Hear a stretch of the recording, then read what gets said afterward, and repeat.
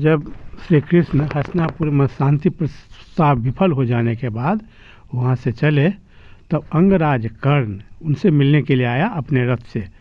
और श्री कृष्ण के पास जब आया तो कृष्ण ने पूछे, अंगराज तुम कहाँ आए हो? तो कृष्ण ने कहा कि वासुदेव, मैं आपसे माफ़ी मांगने आया हूँ।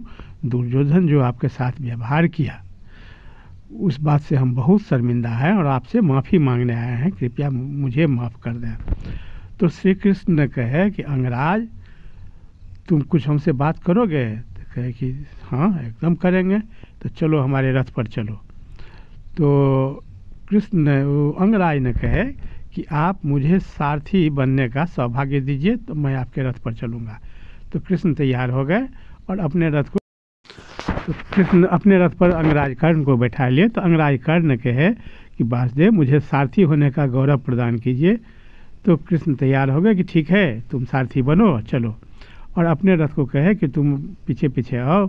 उसके बाद जब दोनों चले तो थोड़ा आगे बढ़ने के बाद कृष्ण कहे कि रथ को रोको, और रथ को रोक करके दोनों थोड़ा सा निर्जन स्थान में चले गए और बात करने लगे। तो बात के क्रम में श्री कृष्ण ने कहे कि अंगराज तुम अपने जन्म के बारे में कुछ जानते हो? तो कर्ण ने कहा कि मैं इतना ही जानता हूँ कि मैं किसी उच्च घराने के कन्या के गर्भ से उत्पन्न हुआ और वह मुझे गंगा नदी में बहा दी। गंगा नदी किनारे उनका कहीं पर घर था होगा, गंगा नदी में बहा दी थी, मैं इतना ही जानता हूँ। और उसके बाद राधे और अधिरथ हमको पालन पोषण किया, राधे का मैं पुत्र हूँ, वही मैं इतना ही जानता हूँ। तो कहे कि तुम कभी अपने माता को जानने की कोशिश किए हो? कर्ण कहे कि मैं जान करके ही क्या करूँगा, जिस माता ने जन्म देने के बाद ही मुझे तुरंत गंगा नदी में बहा दी, उस माता को कोई व्यवस्था रही होगी, मैं इतना ही अनुमान करती हूँ। कोई ऐसा व्यवस्था रहा होगा कि अपने पुत्र से ज़्यादा अपना इज्जत मोह था होगा।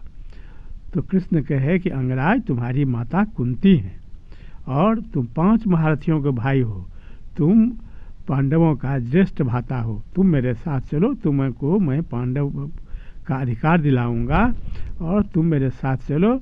तुम्हारे सर पर उसका युधिष्ठिर वाला मुकुट होगा, युधिष्ठिर सब ही तुम्हारे छोटे भाई तुम्हारे सेवा में लग जाएंगे, अर्जुन, भीम, युधिष्ठिर, नकुल, सहदेव सभी तुम्हारे पाँव छुएंगे, तुम मेरे साथ चलो। लेकिन कर्ण तैयार नहीं हुआ कि वासुदेव मैं दुर्योधन का ऋणी हो गया हूँ, इससे पहले अगर इस बात का पता चलता तो मैं ज़रूर जाता, अब मैं दुर्योधन का ऋणी हूँ, अब बिना ऋण उतारे मैं नहीं जा सकता हूँ, इसलिए आप मुझे माफ़ करें।